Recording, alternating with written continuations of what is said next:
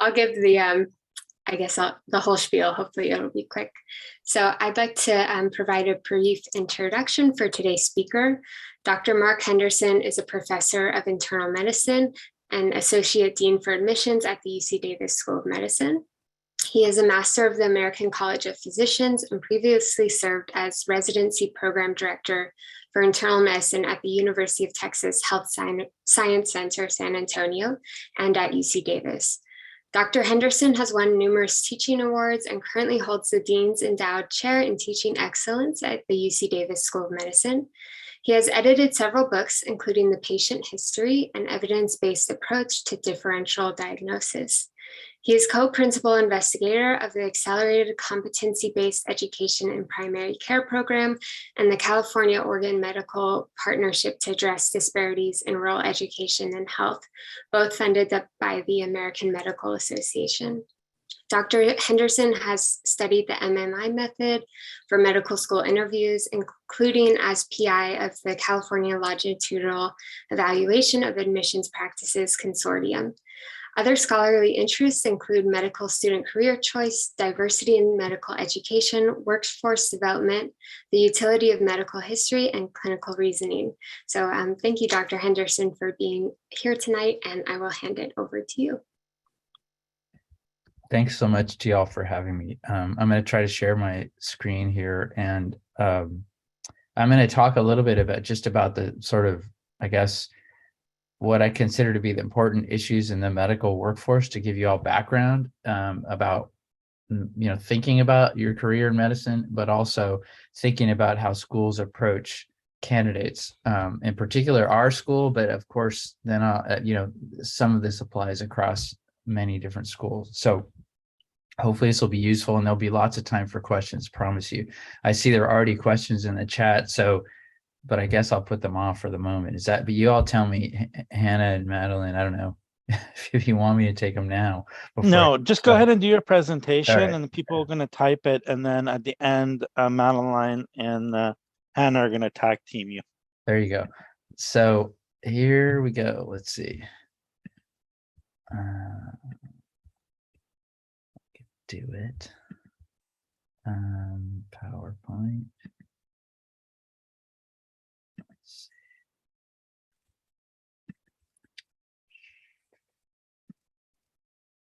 Okay, can y'all see this? I think you can. Okay, and then how about hear me? Okay, so I'm going to speak about something I call socially accountable admissions, which is using a different lens to evaluate medical school applicants and promote workforce diversity.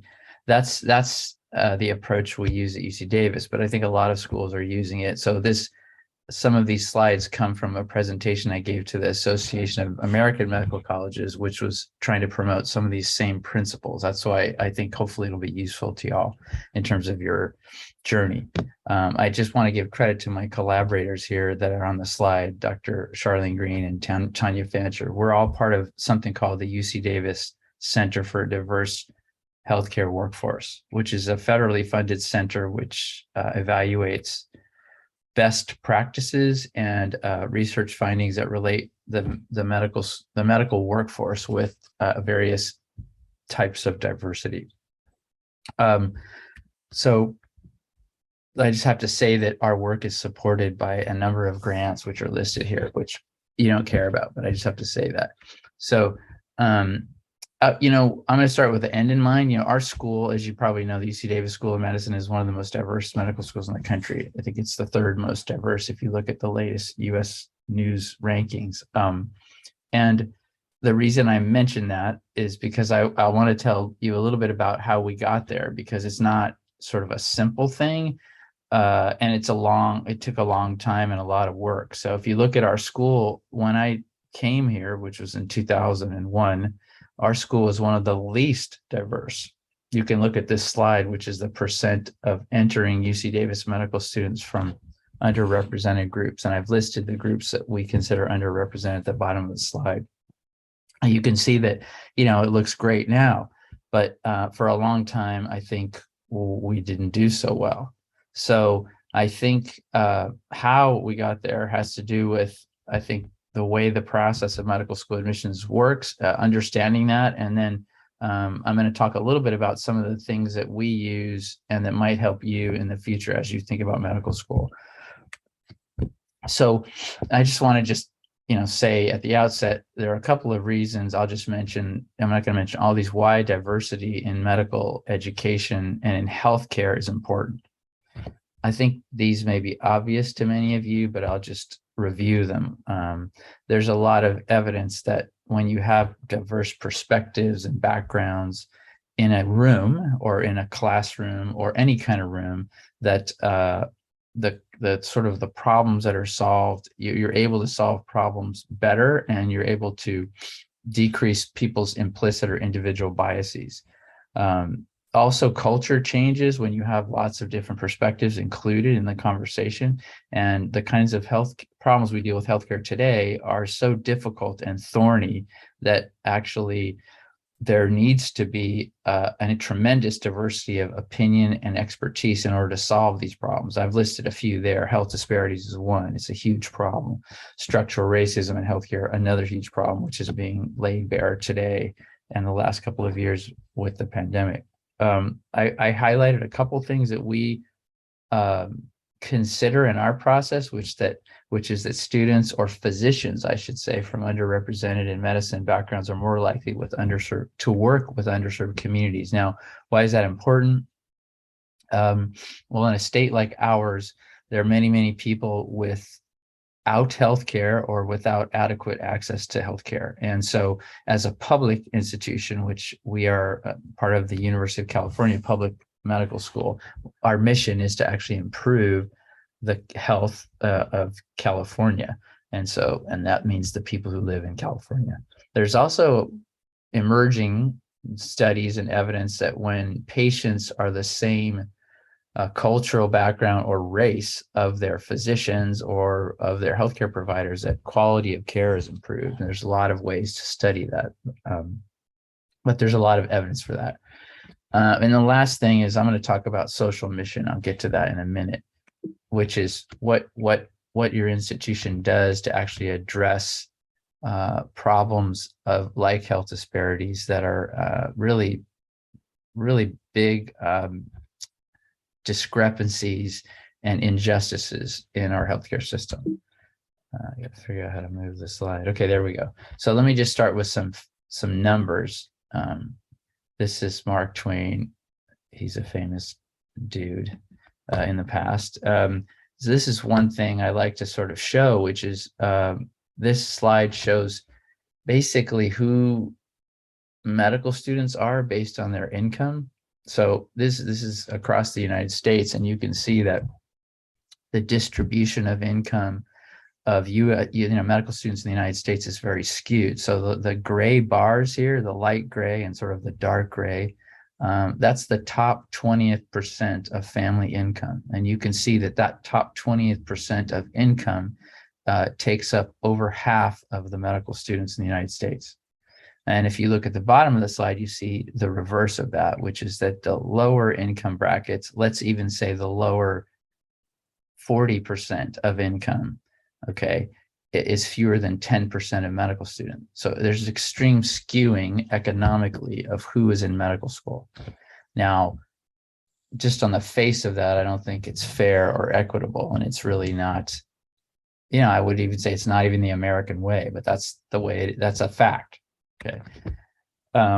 It's coupled with that, and you probably all know this, the who is represented in medical school also does not reflect the United States of America. So this is some data that we published, it's been 2-3 years now, which shows on the top row of this slide, you can see the number of medical school positions in the country. There were 19,000 25 years ago.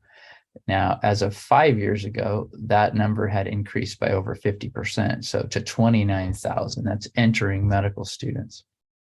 You can see that the number of the second row, which is the number of students entrants, which is a matriculant from underrepresented groups, like the groups I alluded to earlier, also increased from 2,800 to 3,713, which is a 30% change.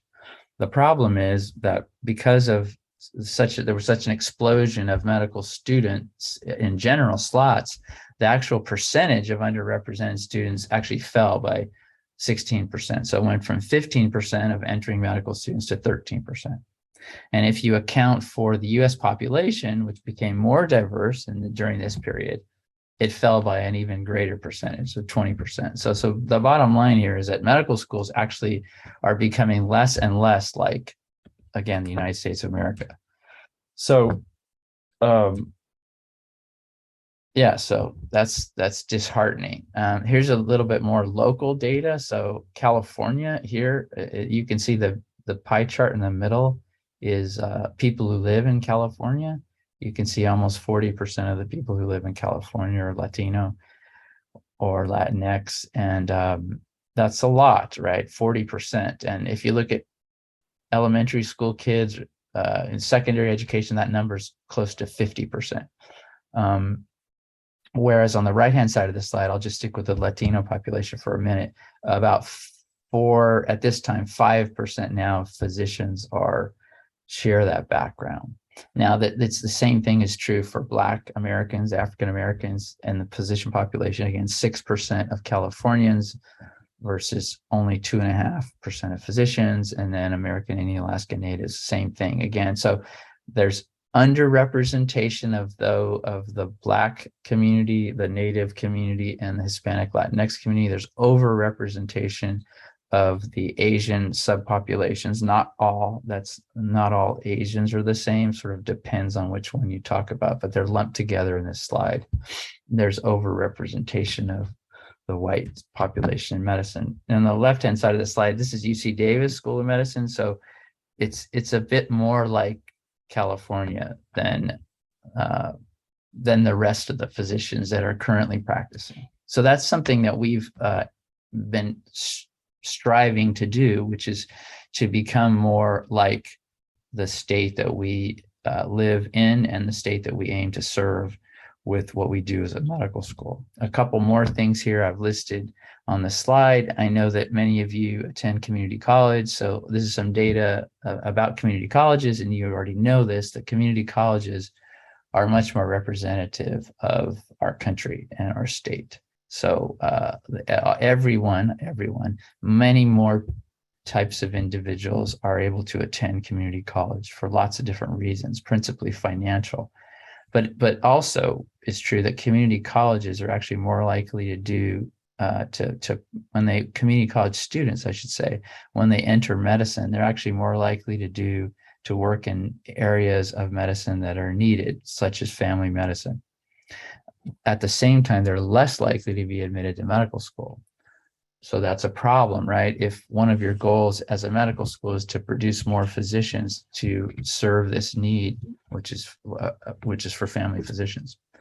In 2012, this is national data, only 9% of US medical student graduates chose family medicine, which is a very low number, and it's very insufficient for the number of family physicians that's needed by our society.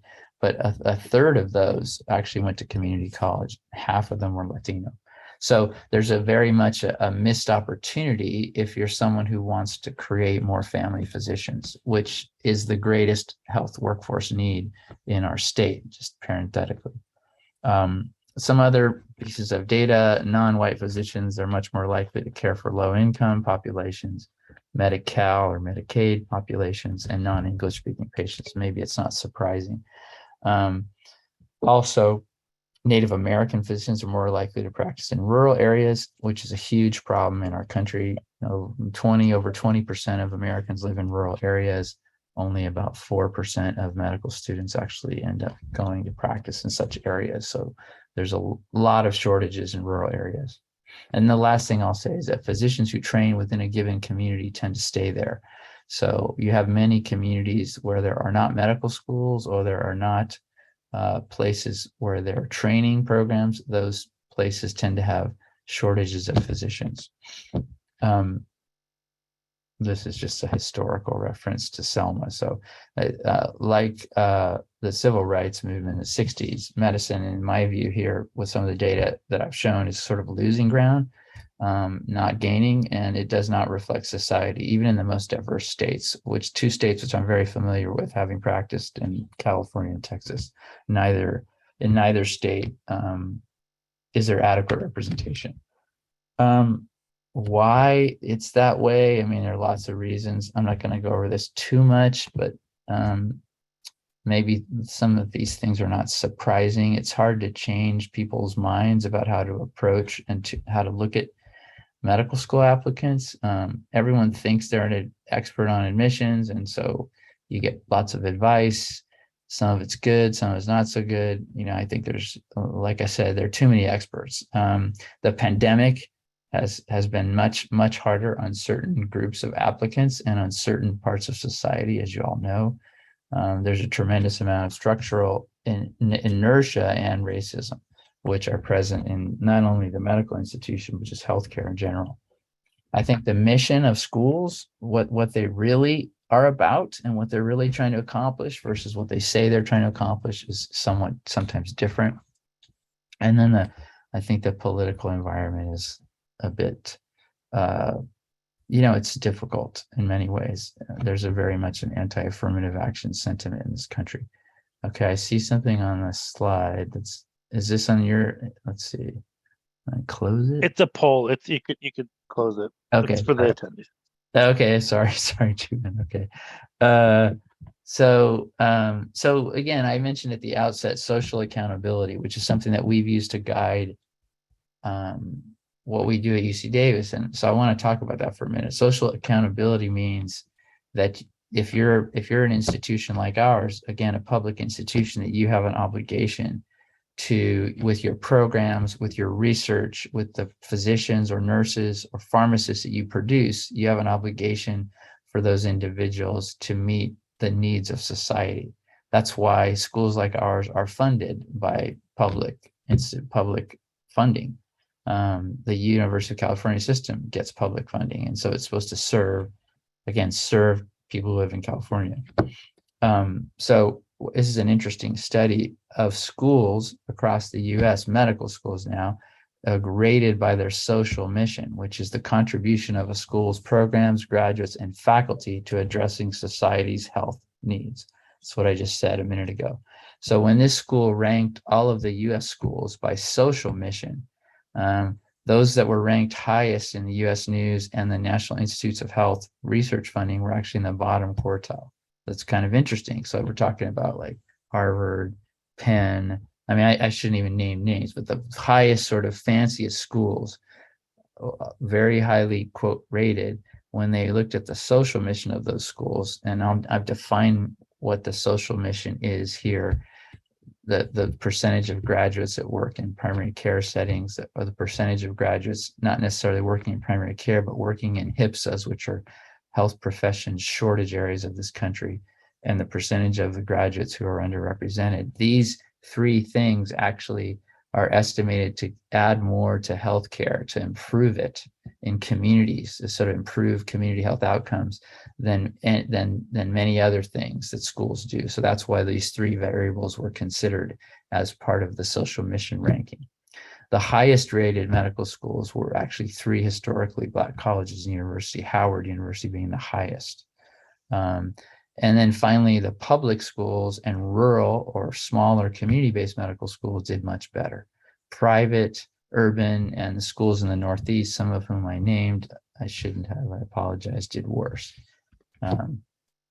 There's a couple of things I'd say that when UC Davis, what we've applied this model to what we do, that is trying to produce and train physicians in a way that helps them to meet the needs of California. So on the left-hand side of that slide, you can see a map of California, which depicts health outcomes in the various counties of California.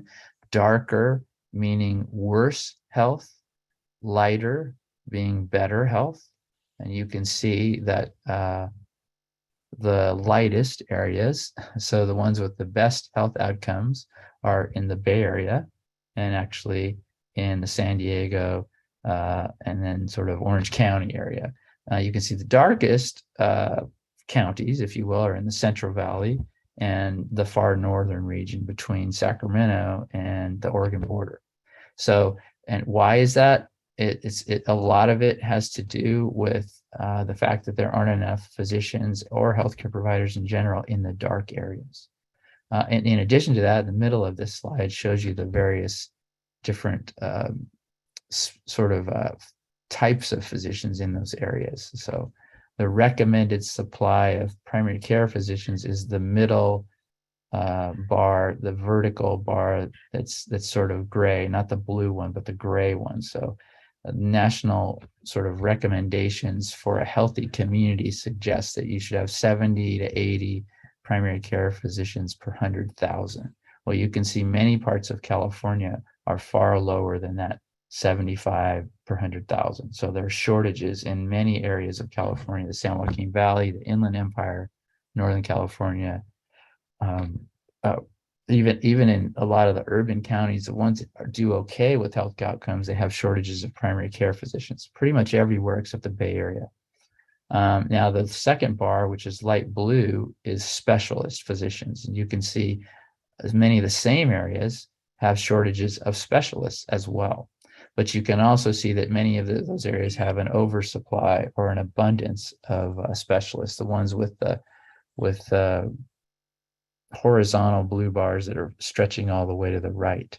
So if you were trying to do the best amount of good for society, you would try to kind of intervene and see if you could improve the supply in the areas that had shortages.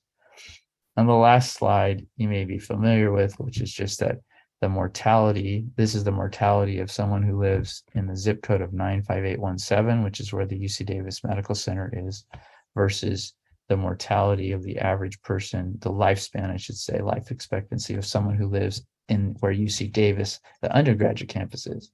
So there's a 10-year difference, 18 miles in 10 years. So that kind of thing, where you live determines how long you live. Doesn't seem right, but it's true.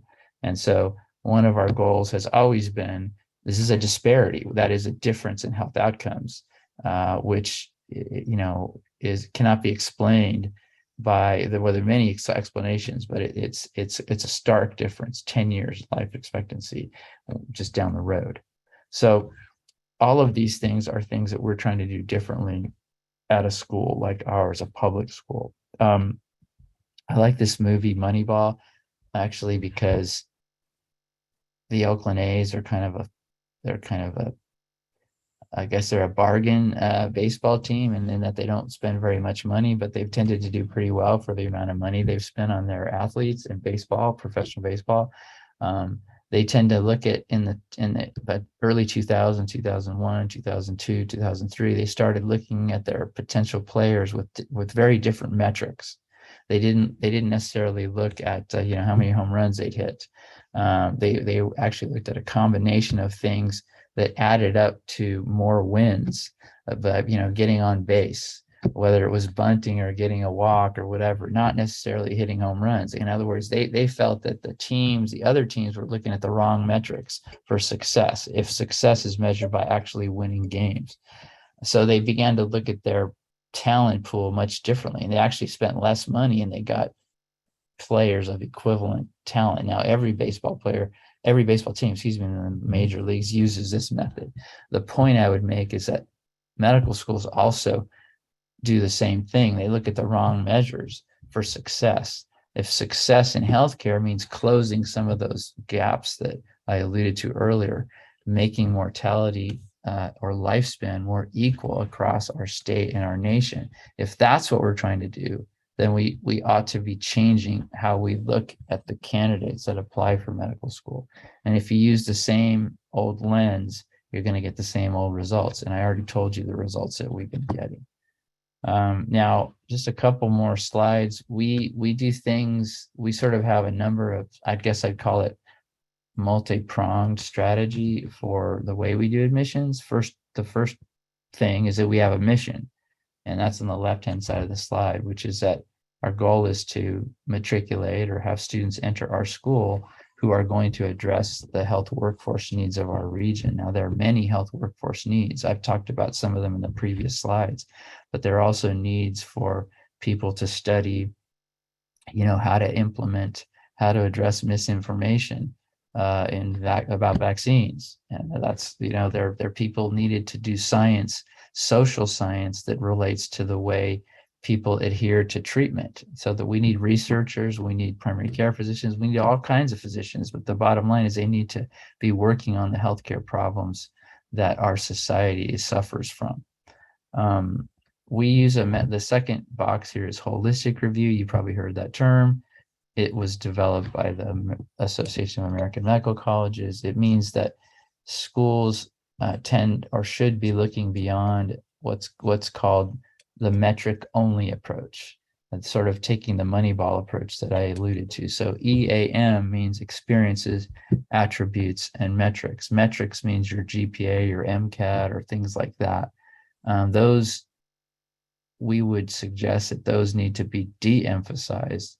They can't be eliminated, unfortunately, because there are a lot of tests that have to be taken in medical school and beyond. But emphasizing the other parts of this of an application, one's experiences, one's whether that's in the community or whether that's in being an athlete on a team, being a teacher, doing Teach for America. There's all kinds of things. There's not one experience that I think is better than others, but I think that experiences that suggest you have the skills or the qualities that would make a good physician, and we could talk about some of those, are good experiences. So they can run the gamut. But medicine takes communication, it takes teamwork, it takes perseverance, it takes a lot of commitment. So those are the kinds of things that I think are experiences that suggest you have those qualities are helpful. Attributes, I think, really have to do with where you grew up, what that environment was like. Those are things you can't help, but you have them and bring them with you to the experience of medical school. At UC Davis, we use some other metrics that don't necessarily aren't your grades and MCATs, but we try to attach value to people's lived experience. If people have had a lot of adversity in their background, we tend to attach some value to that experience because I think it correlates to resiliency. It may, and that's something you need to have in medicine.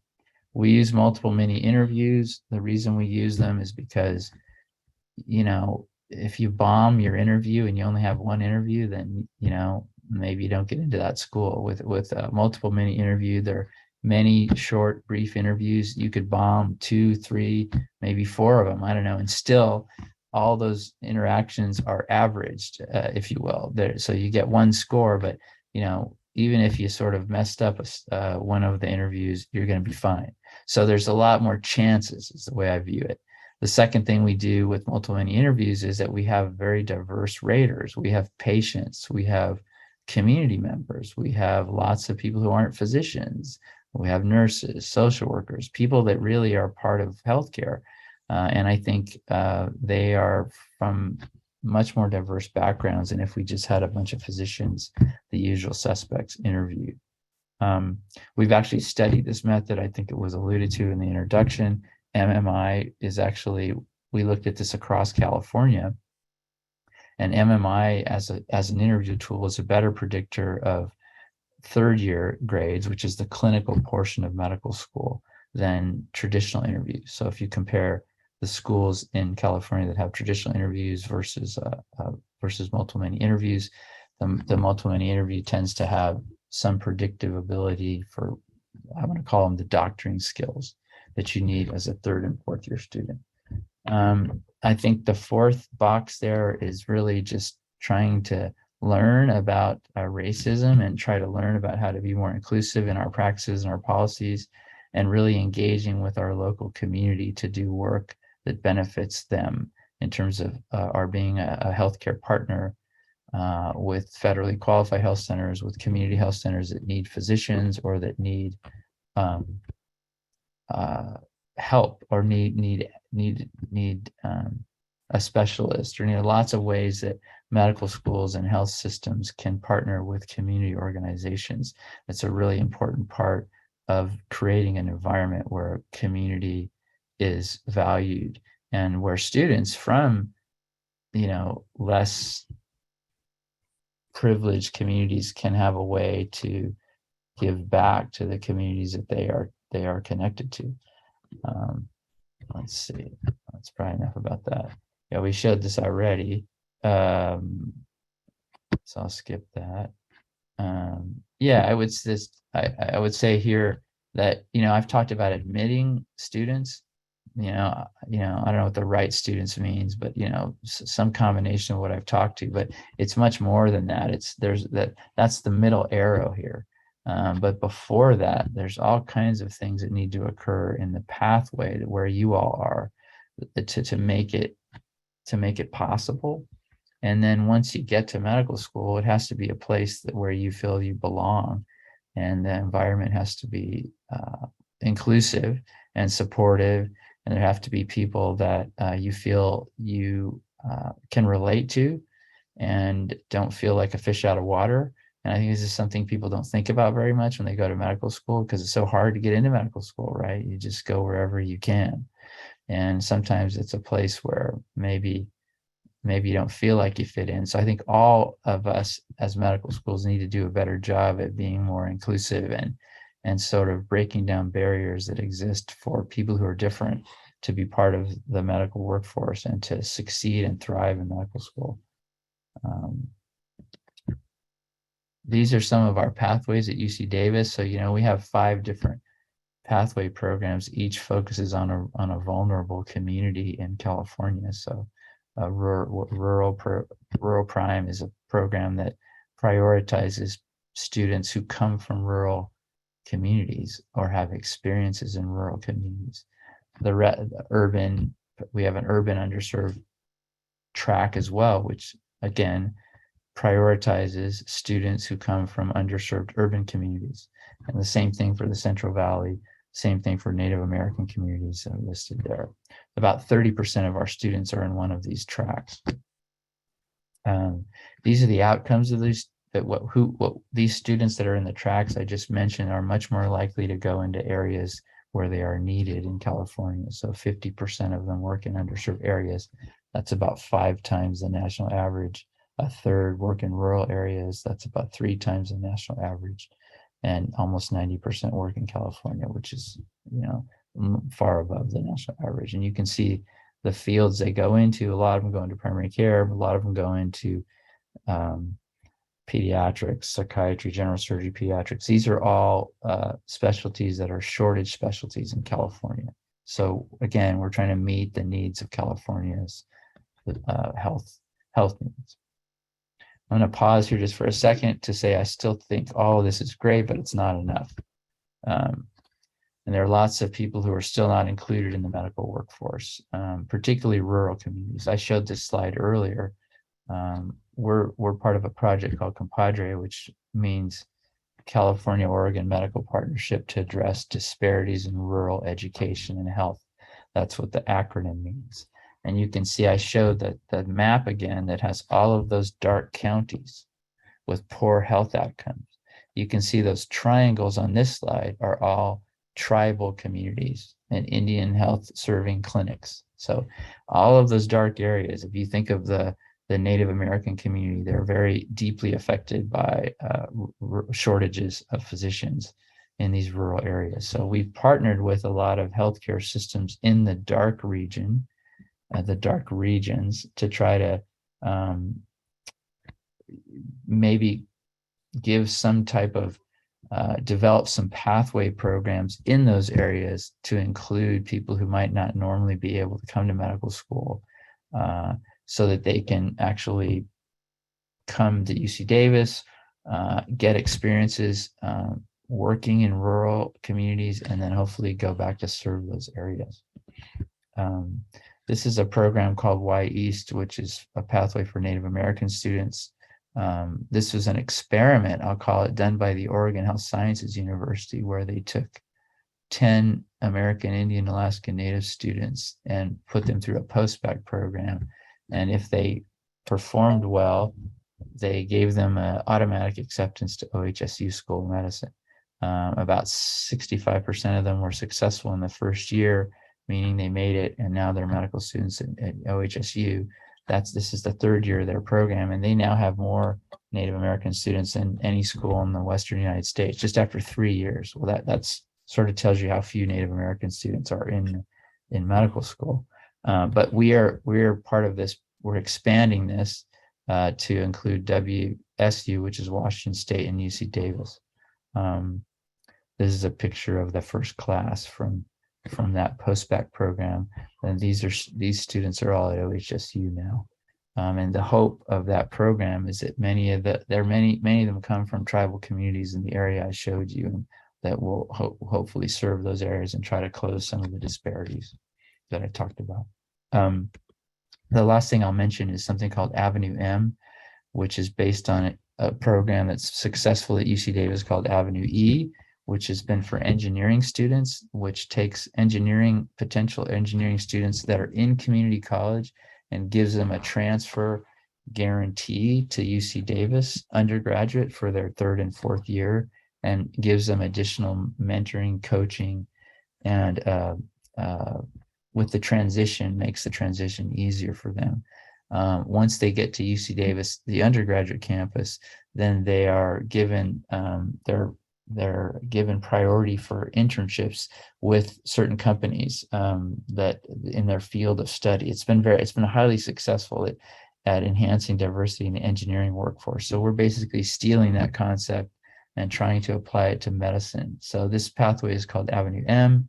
Again, it's going to take kids who are, students who are, I apologize for that, students enrolled in community colleges, and to try to connect them, to encourage them or provide them resources to transfer to the UC Davis undergraduate campus, in hopes that they would then they will be given some extra priority to the medical school at UC Davis. We're also including a number of CSUs in this project, so CSU Sacramento, as well as CSU Humboldt, and then a number of community colleges, which are in the northern region. I showed you the dark region that is in between Sacramento and the Oregon border. So this is a pathway concept and program that will start in community college, go through a transfer through undergraduate institution, entry to medical school at UC Davis, and then ideally residency in one of those areas I just showed you on the map. This is, and actually just to kind of, I've been emailing Dr. Green back and forth, and she's actually gonna come and talk about Avenue awesome. M when it launches. Awesome. So I've actually been talking with her. So that's awesome, Jubin, because it's going to open. The applications will open in September, I think. So, but no, she knows. So she's the lead. So that's perfect. Yeah, yeah, we've been communicating. Perfect. This is just a vision of one of the students who was involved in. We did a lot of focus groups and tried to hear from students that had gone to community college and then had transferred. So Yolanda from San Joaquin Delta to UC Davis, and then to UC Davis to the School of Medicine. So it's kind of like an example of someone who went through what we hope to scale and make bigger for community college students in this region. And yeah, this is probably a repeat. It's just meant to eliminate some of the barriers that prevent full participation of women and underrepresented groups in STEM fields, particularly medicine, but all the STEM fields. So that's just a graphic of it. Community college to four-year university to the School of Medicine. These are some of since I'm going to go past this because Charlene can talk about it. This is my last slide. So does anyone know what this, has anyone ever seen this movie? I'm sure. Shawshank Redemption, at the end when he sees the safe, everything is stolen. That's right. And so I think the reason I put this slide in is that it's a long game, and getting to a career in medicine or in healthcare, it takes a long time, and there are many, many steps along the way. And the Shawshank Redemption is an example of how it takes a little, that's a hammer there, a very tiny hammer but the shock and awe of Morgan Freeman there is that, how this little tiny hammer, applied over many, many months, days, months, years, actually allowed him to achieve, I guess, redemption. So I think that this is something that helps me when I think about sort of the work we do and trying to close healthcare disparities, but also I think it's something for individuals who struggle and then ultimately succeed or make it to be part of the healthcare workforce or to be a physician. And sometimes it takes a long time. It takes a lot of grit and perseverance and multiple attempts and failure.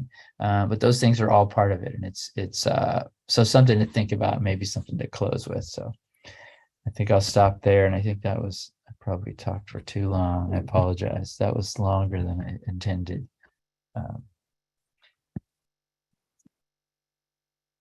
So I know there are a bunch of questions. I don't know. Judy. Yeah, Madeline and Hannah are gonna start asking them away. So, Okay. So you just relax and they'll group them. And I'm going to ask our first question, which is about residency status. So I'm a lifelong resident of California and a UC alumni, but I have moved and established permanent residency in a different state. How would this affect the selection process and tuition? Yeah, so UC Davis, it's a great question. I think residency, because we were funded, as I alluded to, our kind of our mission statement that comes from when we were funded in the 70s with an explicit mandate to serve Californians. Both our school as well as the UC Riverside, which is the newest UC medical school, and UC Irvine, to a large degree, have that same mandate.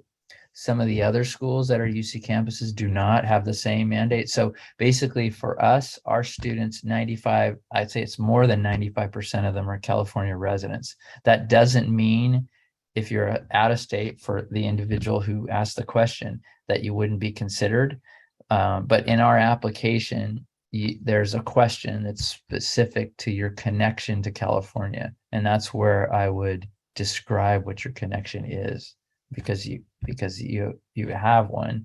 I just think so that would be how I would approach it in our process.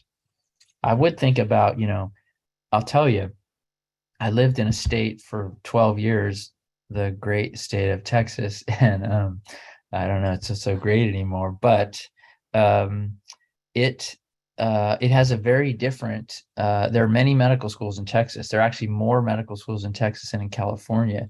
And the thing is, if you're a betting person, you think about the odds of getting into medical school in Texas are a lot higher than in California. I'll just give you a couple of numbers. So they're about, I don't know, 2,000, let's just do rough numbers. There are about 2,000 slots that are open in California each year, new, for entering medical students. And there are about 8,000 Californians who apply for those spots. So think about those numbers. That's 1 in 4, just roughly, is going to make it. And that means 3 out of 4, Californians who apply to California medical schools are either going to go elsewhere, another state, or they're not going to go. Now, if you take that same calculation, you go to Texas and you look at the number of applicants and the number of schools and slots there, it's about 2 to 1, instead of 4 to 1. And, so, or what, what I mean? You got a 1 in 2 chance, not a 1 in 4 chance. Well, is that different? Well, yeah, that's a whole lot different. I know it doesn't matter what all the stuff we talk about, the experience, attributes, metrics, the odds are higher. So if I'm someone who I don't know. I think about that, and you can look this stuff up online, but it's just something to think about where you live and what. And there are a lot of public schools in Texas, and so I think it's something, and that you could draw other analogies. If you go to the Midwest, it's even greater. And the number, the chances are even greater depending on what part of the Midwest. Yeah. California is crazy. There you go. Something like that. One of our questions is asking if medical schools look at community college science classes differently than if you took them at a university, like a 4-year. It's a great question. I probably I had too much data in the slides, but there was a slide that talked about how community college students are less likely to get into medical school. I think one of the reasons that's true is because of what you're asking about, which is that many schools view the courses as somehow inferior. I don't subscribe to that. So that's not true at UC Davis. And I think that's why we have a lot of community college students in our school. So, I think the answer is, I want to be clear. I think the answer is yes for many schools. So you got to I think you have to look at the school and sort of see, well, do they have community college students? Do they work with community colleges? Do they, do they have a community kind of based mission? There are lots. So I think those schools don't obsess over that so much, and they don't view that as somehow less than. I don't know if that helps.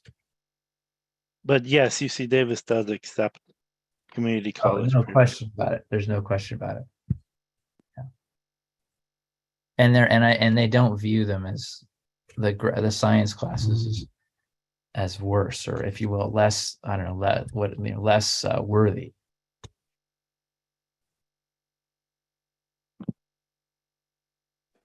One other question is, do students who attended UC Davis for their undergraduate career have priority for getting into UC Davis School of Medicine? That's a great question. The answer is no, but they have an advantage. Now, why do you think that might be? I mean, they don't get priority, but they actually have, and they are able to, I think, access experiences that are in our community, whether it be they work at one of our student-run free clinics, whether they work in a community health center that's in Sacramento. So I do think they have an advantage, but it's not given to them by us. I think it's by virtue of the fact that they are part of the UC Davis community, and so they are able to do things that are process values, but they're not given any advantage of no. But you're right, there are a lot of UC Davis undergraduates who I think end up at UC Davis School of Medicine. It's under the sort of experiences that EAM I showed. I think a lot of them have experiences that are valued by our admissions committee and by the school. We have a question that asks, regarding the physician shortage in California, do you think opening more medical schools or increasing class sizes? I heard the first part. Do I think opening more medical schools would help, and then I missed the second part. Oh, sorry, I think I froze. Or increasing the class size. Oh yeah, class size of schools. Well, based on that paper we wrote about did you see we expanded, the United States of America, all the medical schools expanded dramatically, okay, by 50%. But the students enrolled in those schools, again, are less representative of the country. So in my view, if you just expand schools without addressing that other problem, that is representation, you're not going to fix any problems. You're going to get more people into medical school, but we're going to continue to struggle with some of the health disparities I showed. So I think it has to be much more than expanding medical schools. We should open new medical schools. I think those new medical schools, though, have to be focused on meeting the needs of California. I think UC Riverside is a great example of that. I'll tell you, UC Merced. I went to the opening ceremony of the UC Merced Medical School in 2009. Have you guys heard of the UC Merced Medical School? No, because it didn't happen. They had an opening ceremony and everything, even cut the ribbon, but then there was a huge budget crisis and they couldn't actually open it. So it's really, really expensive to open new medical schools. As well as to expand them, right? Because you have to build new buildings to accommodate all the students. And so I think that's hard. It would help, but you've got to also have better representation, in my view, not just expansion.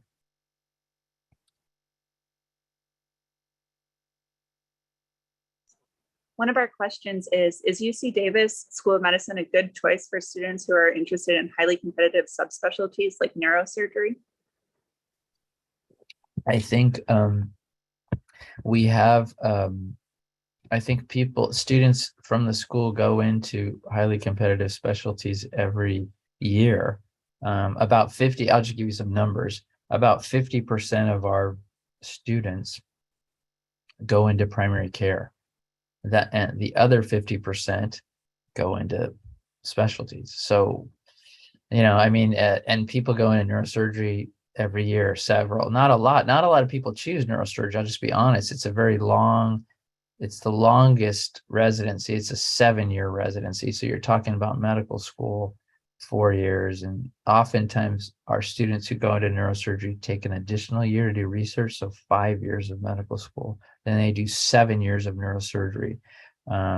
There's an experiment shortening that to 6 years, but just let's say you shorten it to 6 years, you're talking about 11 years after you enter medical school to become a neurosurgeon. So not a lot of people actually choose it, actually, but no, we have a couple every year, and I think they do fine, but they have to be committed, and they have to do the kinds of things I just alluded to, which are probably to do a lot of research. It is a very competitive field, but there aren't many people who apply to it.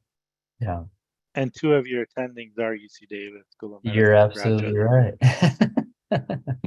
It's true. Same thing with our heart surgeons.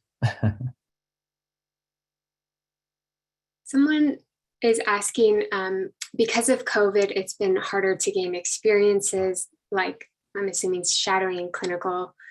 So how could we express that in an application?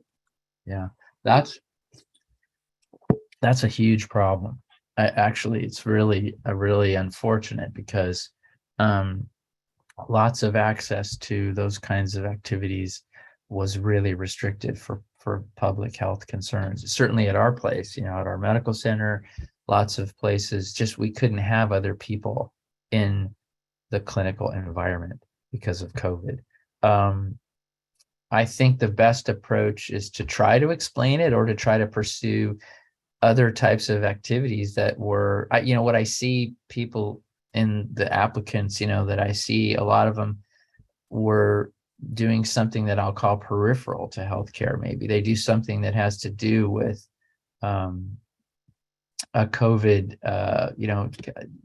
something that maybe it's sort of food delivery, or a community service that's sort of, I'm going to say, sort of related to, but maybe not explicitly healthcare. I think when you talk about such experiences, you make the connection between those experiences and what you think, what healthcare, or something that's important to healthcare, which there's so many things that are important to healthcare. Like I said, activities that are, that have to do with teamwork, that have to do with commitment, that have to do with community service, that have to do, there are lots of different ways. I think to do nothing probably isn't going to help, but I think you need to sort of try to interpret or discuss the activities you have in a way that makes the reader of the application feel like that would mean something about you being a good healthcare provider. Because remember, you're going to have to, wherever you apply to medical school, UC Davis is a little bit weird in that we actually read every application, which which is really, I think, crazy and takes a long time. And so someone is going to read your application. Now, that's not true. Well, I don't know any other school that's true at, actually, but I'm sure there are other schools, but I think so. You have to sort of realize that what you put in that application, your essays, whatever, that they do mean something. And when someone reads them, you're trying to convince them that you would be a good future healthcare provider somehow. So this is a couple of questions on this one, and I'm gonna ask this one because so what is this? A lot of people are asking, what is the secret sauce to stand out besides MCAT and GPA, which that's a given, but everybody's asking for the secret sauce, and so would you tell them what the Yeah, secret sauce sure. is? Sure. I think the secret sauce really depends on the school you're talking about. That A lot of them are asking about UC Davis, so they're Yeah, asking for yeah. like the top secret of yeah. and the thing is, most pre-med and doing some of these sessions is that everybody's looking for that one thing and Yeah. trying to do what everybody else has done, and so Ah, tell them what you yeah, exactly yeah. want them to do to get into UC Davis. I think I think the thing is that there's no one thing. And I mean, this already. I think you all know that it's a constellation of things. I think if I had to give one piece of advice, to me, it would be to be yourself and to try to illuminate or describe or make the reader of an application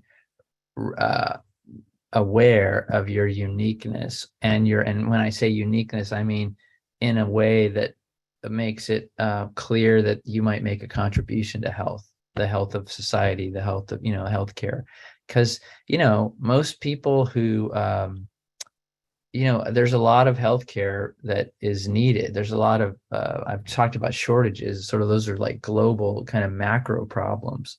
But as you all know, when you go to a physician, I don't know if you feel like going to a physician is always a satisfactory kind of experience. And so you think about that, like, okay, why isn't it what you wanted it to be? Or why, what was not so good about it? To me, there are many things actually about that could be improved. And so I think, again, be true to yourself. I think if you think about us, we do read every application. That means we usually, not me, because but we have like 100 people, but we can see through stuff too, stuff that's not genuine. So I mean, that I think is a mistake to try it. And I think you're right, Jubin, about everyone tries to do what everybody else does. That to me is not what I would do. I want you to be true to yourself and try to make who you are clear, and also, how you might benefit the community, our community, or again, a future community in terms of their healthcare. I don't know if that's, so no secret sauce, I guess. Sorry, there isn't one. And I'll tell you, we have so many different readers and people with different perspective. We have neurosurgeons, we have, we have different people with different perspectives. That's how we maintain, I think, a process that I think is less subject, I hope it's not perfect, to individual biases, is that we have different people with different perspectives and they don't see it all the same way. So it would be disingenuous of me to tell you to do one thing, although I just did, but there isn't a secret sauce. I don't know, Jubin, what do you think? Is it you want to follow up? Is that enough? No, I think that, I've, so kind of disclosure, I've known Dr. Henderson for a long time. So that's why I wanted to kind of put him on that question, was because a lot of students ask for that. And I think, I would say, if I would answer this for you, you would actually want to see people that pursue their passion, their interest, use their ingenuity to solve a problem. I think one of the things with the pandemic has shown that individuals have great ability to solve small or big issues, and you don't have to, like, for example, one of the things that I saw in my community, there was these 3 high school kids that put together kind of just picking up groceries for old people in the neighborhood. And they were just kind of, and they were like 16, 17, and they were doing it on their bicycles and cars. And I thought that was like a pretty amazing thing to do. Everybody's always waiting to have the title next to their name, but I think people have a capacity of doing great things in small ways. And so, Man, yeah, that was a much better answer than I gave. I love it. You're right. but the thing is, everybody and all your doctors come in different shapes, sizes, interests, and backgrounds. And I mean, so, you've all met, I think Dr. Godoy spoke to this group. Is that right? yeah, he's on our advisory board. Yeah. Yeah. So, I mean, Luis, I can just, okay, full disclosure, I interviewed Luis for medical school like 16 years ago. Think about that. Or even longer, 2004, it's even longer. So, I mean, I'm getting old, but he had what you're talking about, Jubin, what you just said. So it's not you got to deal with what you're given, right? And what you're in a situation, but little things that are big things, and they're not, you don't have to cure cancer. I do think some schools, I'll just be honest, some schools do want you to have done, I don't know, research, and and some highfalutin, I don't know, thing. I think that's less important to us. And I'm not saying research is bad. It's good. I mean, I did research when I was in your shoes, but anyway, I agree with you. There's not one size fits all. You've got to be yourself. And I love what you said, Jubin, just to pursue what you are passionate about, because you're going to be able to distinguish yourself in that area much greater than if you try to do something else that somebody else is doing just because you think you're supposed to. And believe me, I see that all the time. People do that. Yeah, I mean, I think a lot of the things is, like, I know, like, one thing that somebody else has done, I thought was like a really unique thing. They were a very talented person musically, so they would go to senior citizen hospices and would play music. Now, if UC Davis says I only look for these types of people, that would depend on any of us.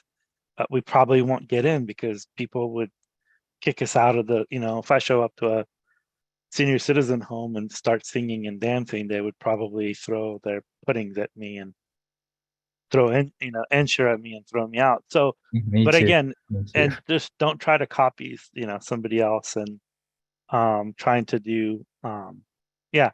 So I'll let the ladies ask the question. So sorry. We have a couple questions regarding secondary applications. Some people have said that their primary application was verified a few weeks ago, but they have yet to receive a secondary. Does UC Davis use any specific screening before sending out secondary applications? No, the only screening, I mean, again, it's what I told you, it gets read. And so it takes a long time to read thousand. That literally, we had over 10,000 last year, which was a 40% increase from 40. So we're a bit behind. So no, it can take a while because we read through them all. There are some, I think, particularly if your application, let's say if your I don't know, if your grades or MCAT is low, I'll just say below average, then in particular we want to read your application more carefully, because we want to see if there's something else that makes that diminishes a concern, if there is a concern. I mean, not everyone has to have a high MCAT, but you got to have enough to pass the exams that you're going to take in medical school. That's what I mean. Because it doesn't do anybody any good to go to medical school and then to fail exams. Anyway, sorry, what are you gonna say, Juven? Oh no, just one of your colleagues, Dr. Fitzgerald, used to say why MCAT and GPA grades are important is because you're going to have to take a lot of exams and a lot of boards and a lot of standardized tests. So you should be good at it. Yeah. And they give you less and less time as you go on. So right. And I would say, I agree with what Dr. Fitzgerald said. And I although there's still, you gotta have enough. You don't have to be, I don't think you have to be a superstar test taker, but you gotta be able to do it, because you're right. I think Juven's right. You get less and less time to prepare for each of those, especially in the first and second year of medical school. It's really,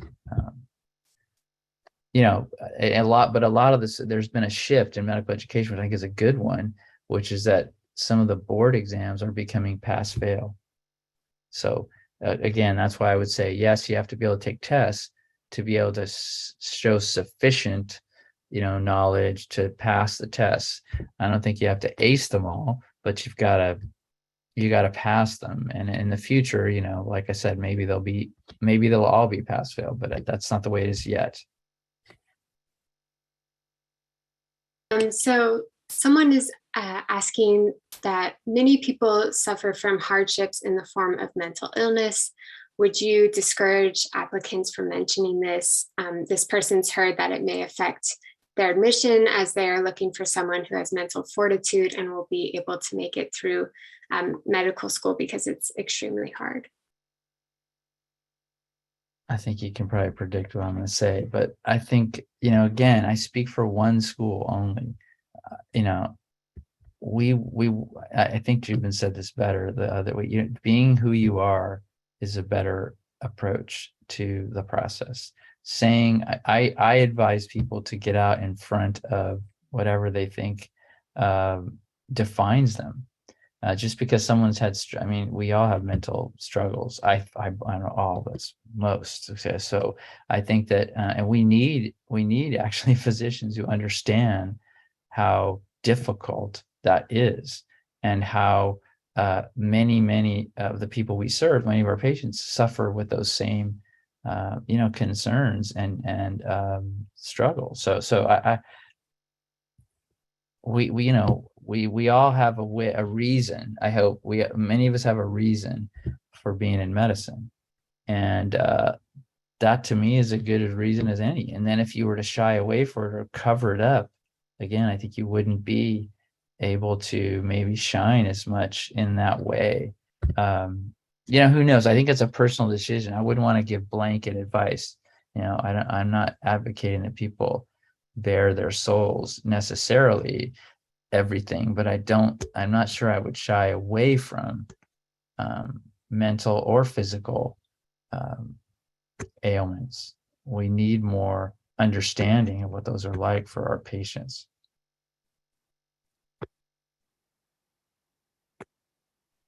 We have a lot of questions from students who are wondering if UC Davis has any programs for low-income students to help them succeed. Well, yeah. I'll tell you, 40% of, okay, so if you look at I showed you that data on the income of medical students in this country. About 13% of medical students in the country qualify for something called the fee assistance program, which means that their fees are waived in the application fees because they qualify as low income, 13% nationally. And that sort of graphs out with that data I showed you.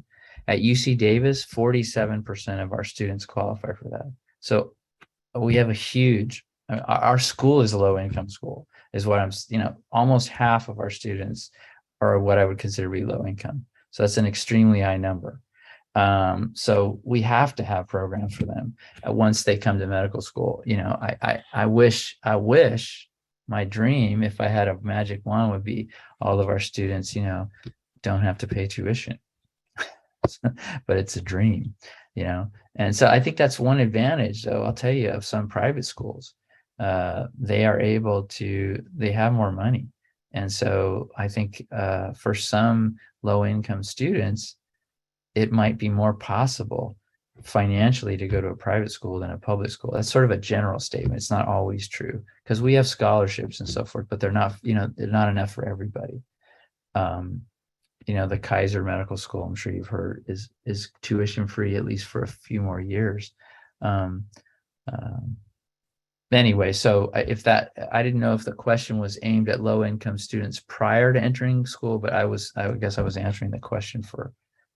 Yeah, I think a lot of people are worried about taking out loans, and if they can't afford that. I think that's most of the questions are.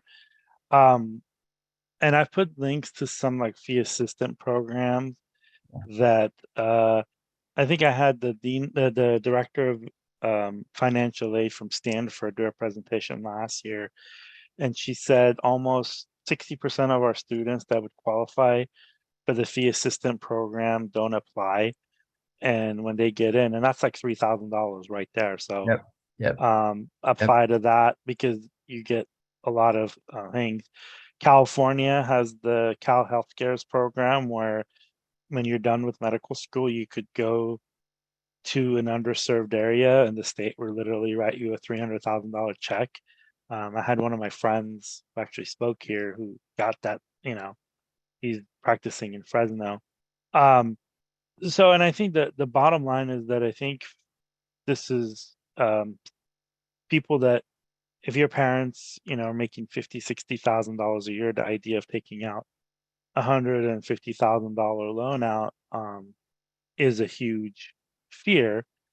I just use this analogy of most people that are making $60,000-$70,000 a year in California go and take a $500,000 loan out on a house. Where you're right, if you're going to medical school, you may take out $150,000. But your first year out of residency, you get paid during residency, but your first year out of, I think the lowest income for California physician is $235,000. That's in the top. You're not going to be a tech billionaire, but you live pretty comfortably. And I would say this, Dr. Henderson, that you are a physician. Have you ever starved? Were you able to buy a house? No, I mean, I think of what my family, my entire family makes.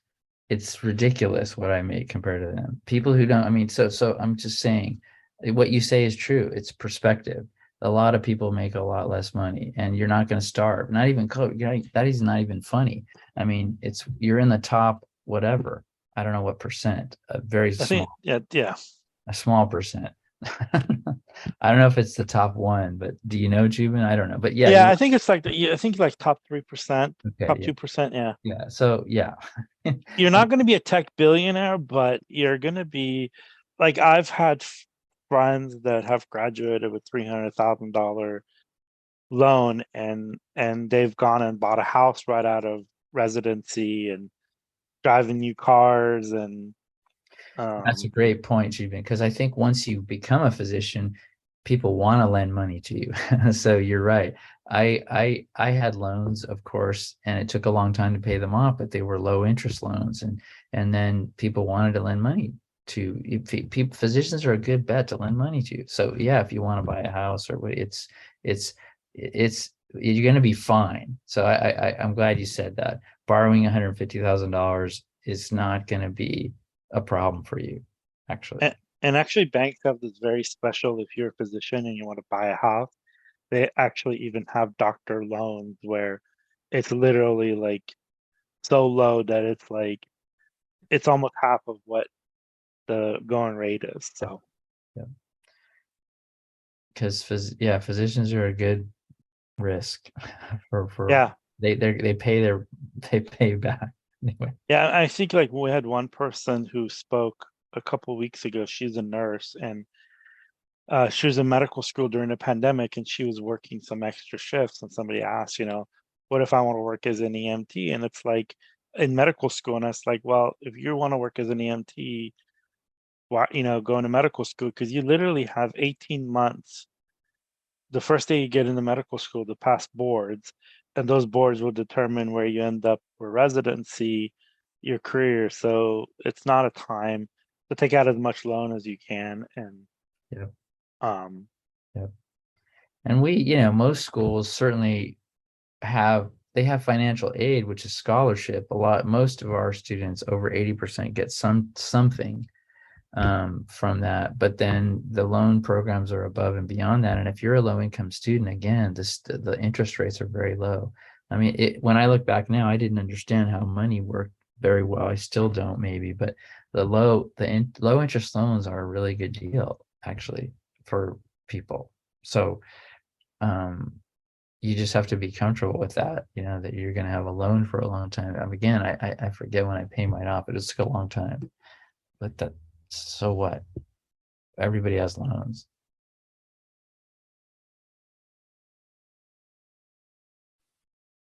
We have a couple of questions asking how people can emphasize that UC Davis School of Medicine is their top choice in a secondary application. Yeah, I don't know. We get that a lot. So many people say it. I'm not sure it means anything, actually. I'll just be honest, because so many people say that. And I'm not saying it's not true. It's just, I think when you have so many people saying it, it loses its I don't know, its value. So I think a better approach is just to think about the kinds of things that the school prioritizes in terms of experiences, or and try to emphasize those in your application. You know what I mean? Like that's probably is going to influence the reader of your application more than, let's say, saying UC Davis is the top school. Yeah. So I think certain of our programs, I alluded to the tracks in there, like the rural track. It's very, if you look at the application, the website, there are certain things that they talk about what's prioritized. And so if you were someone from a rural community, I think it'll be obvious to you what kinds of things you would need to do to be a competitive applicant. But you can say, I'm not saying you don't say that, that's fine. I just don't know that it influences that many of the readers. Better for them to think that, to have your application be such that they think that because of all you've done or the kinds of things you've done, rather than just to say it. So you don't need to say it.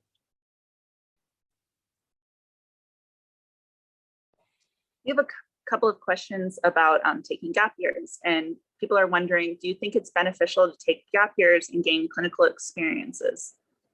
Easy. Yes. The more you can do that, yes. I don't want to make it too muddy. Our students, UC Davis, let's be honest, the average entering student is almost 26 years old. That's, again, very weird. That's not the usual. Some of our special programs, some of those tracks I showed, the average age is 28. So, talk about years doing other things. That doesn't mean, again, this is back to what we said earlier, be yourself, and gap year is fine. If you do something with it, you know what I mean?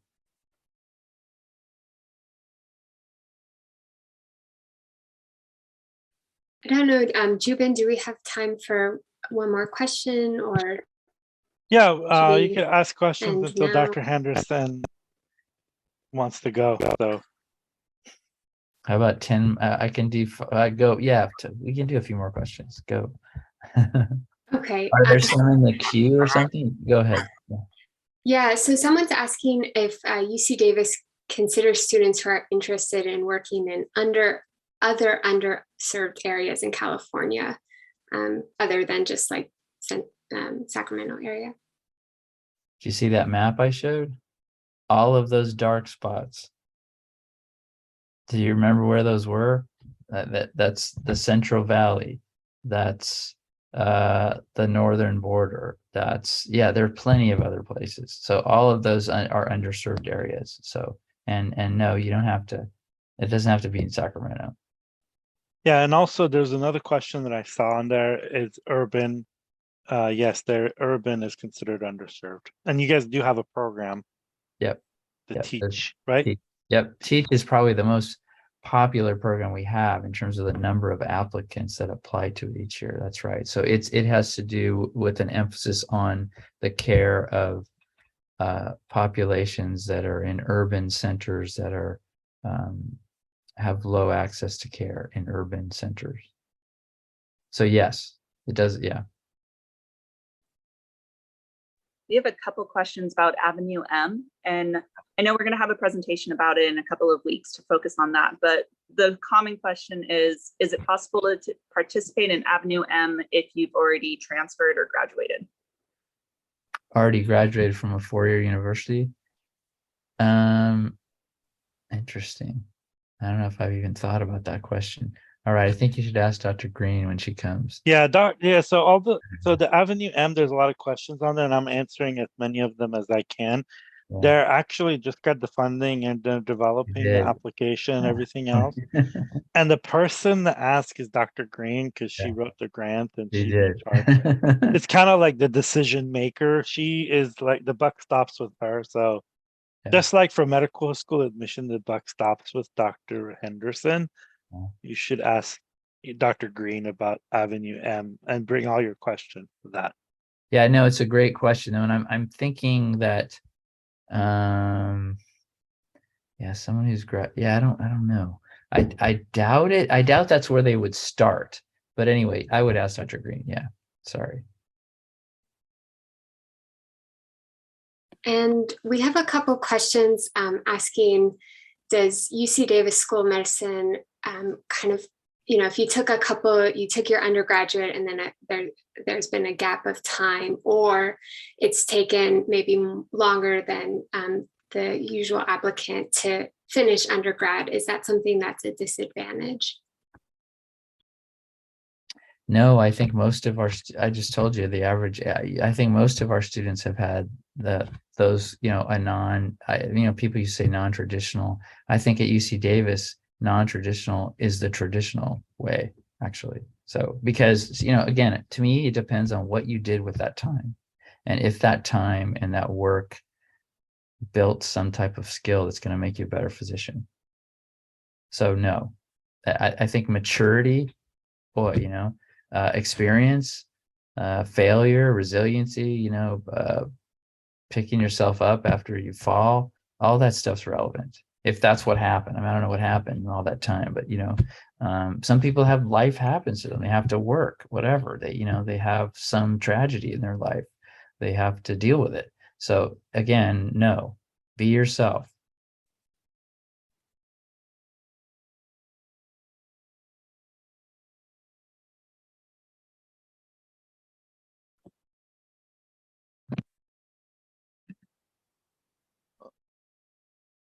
The other question was, you guys want to ask those questions, ladies?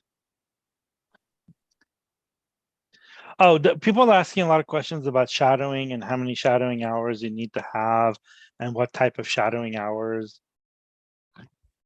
You know, it's hard. We don't really have any, especially with a pandemic. It's very hard to sort of have sort of hard and fast requirements for that kind of thing. So I think you do as close as you can get to clinical things as you can, and as much as you can. And if you can't, the example you gave earlier, Jubin, about delivering meals to elderly community in the community, things like that's those kinds of things are activities that you can include in your application. But I think the more the better. That's why the gap year, if you have an opportunity to do something in a gap year that has something to do with medicine or public health or vaccinations or you know, Teach for America, or, you know, to me, that takes a couple of years sometimes, right? That is only going to help you at a school like ours.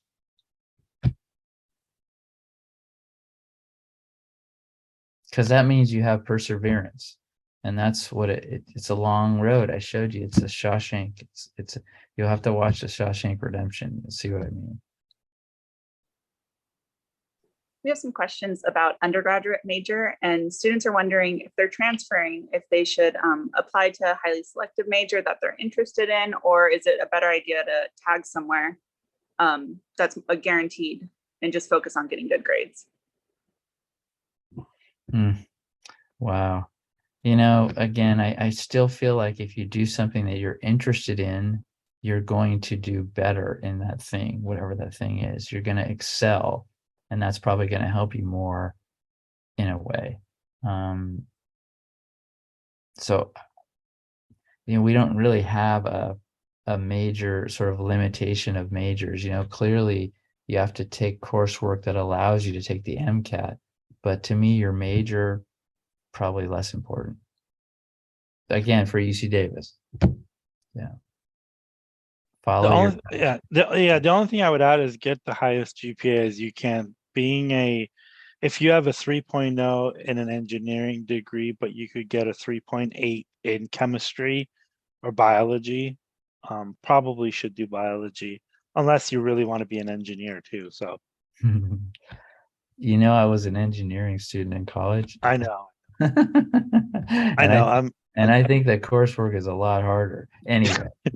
But I guess I'm biased. But yeah. I know. No, I think that's fine, Juven. Yeah. You know, you got to solve problems, right? And so certain engineering fields are all about solving problems. So I don't know. I guess I wouldn't give totally blanket advice, but I think you're probably right. If you're struggling, yeah, I mean, that was an extreme example. I mean, but okay.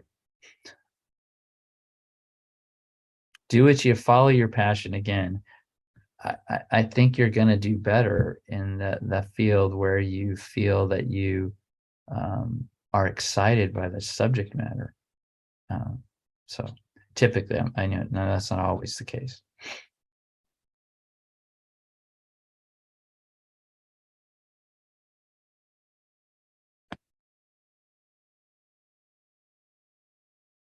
This person has a question.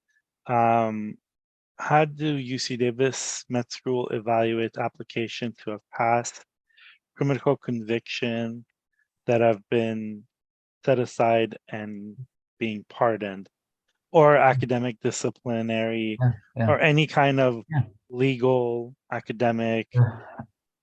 All those things are considered. There's a place in the application for you to discuss both institutional action, which is one of the things you mentioned, as well as prior criminal convictions.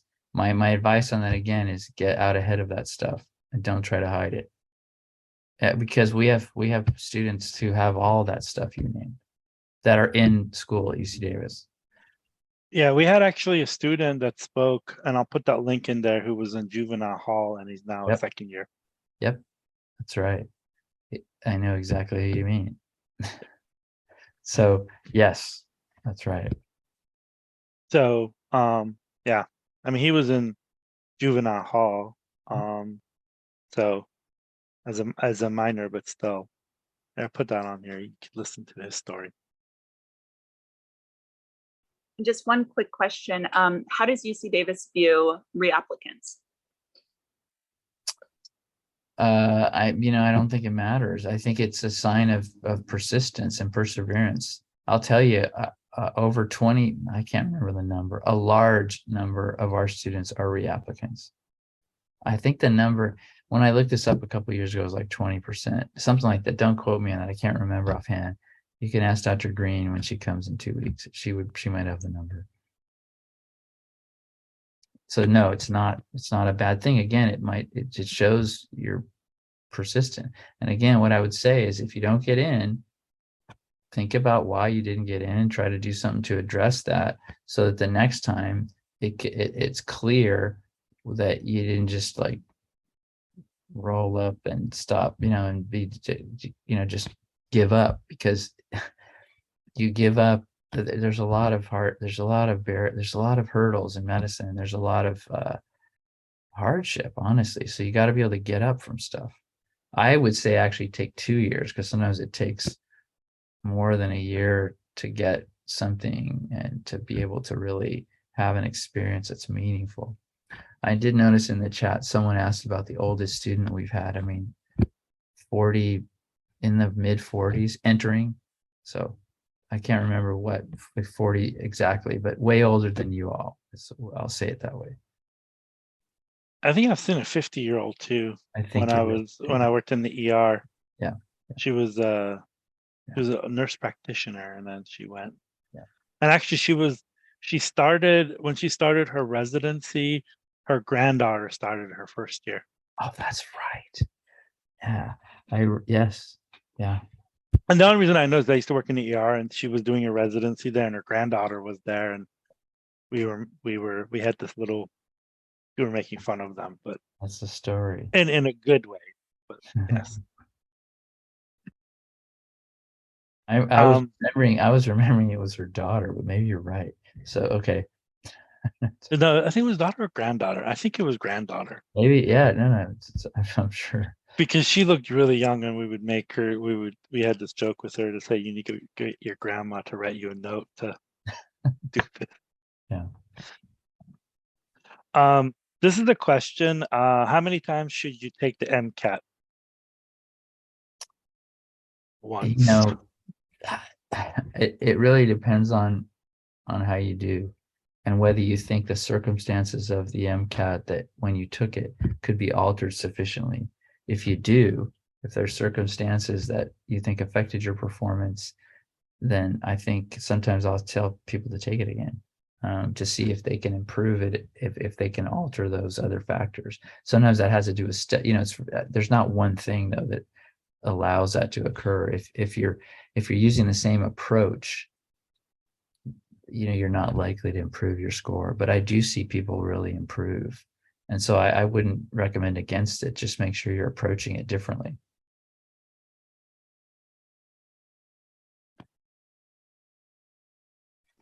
Then we have one question. How is the preview exam used in admissions? We're not sure how we're going to use it. So many people are taking it. We're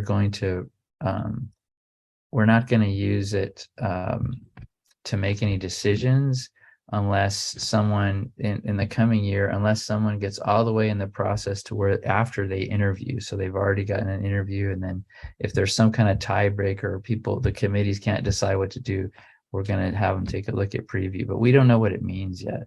It does seem to other schools, there are eight or nine schools that are part of a study, ourselves, UCLA, and a couple others that are trying to figure out what it means. But so at this point, we're not going to use it very much, if at all, for most candidates.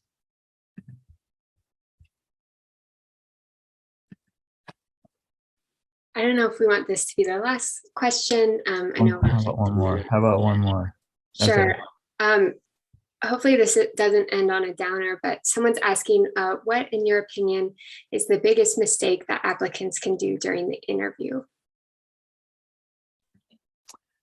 Yeah, I think probably there are many, but probably the biggest or most obvious one is just not to dress professionally or to make some kind of fashion statement because you want to express who you are, which I understand. I just think it's there's just too many. It's not worth it. You can express your fashion consciousness or whatever it is, when you're in a different venue or later. But I just think it can harm you. Again, I don't know if it harm you at UC Davis, but I guess it might. So I guess that's what I would say, dress professionally. And what I mean by professionally, the way you would want your doctor to be dressed or what your view of that is. And then remember, the people that are interviewing you, sometimes they might be a little more advanced in age than you are, so just think about all that. Yeah, no, and I think that's I think maybe don't interrupt the interviewer. That would be bad. Again, not being yourself. I don't know that that's a mortal sin, but try to be yourself. That's your opportunity actually to demonstrate or to add to what you already articulated. So be yourself. Yeah, it's a good thing to close on, and that's not depressing. because you all know that, right? No one can poke holes in that. You are who you are. The problem is if you try to be something else, that's where you get into trouble. So just be yourself, be true to yourself. That's going to take you, that's going to be the best approach in my view. It's my advice. All right. Best of luck. Thank you, Dr. Henderson. Of course. And there's a couple questions. I'm going to just try to type answering them as fast as I can before we close. There's just a couple of ones like I just put links on them. So thank you again. It was really great seeing you. Ditto. Nice to meet you all, and nice to see you again, Juven. Take care and ask.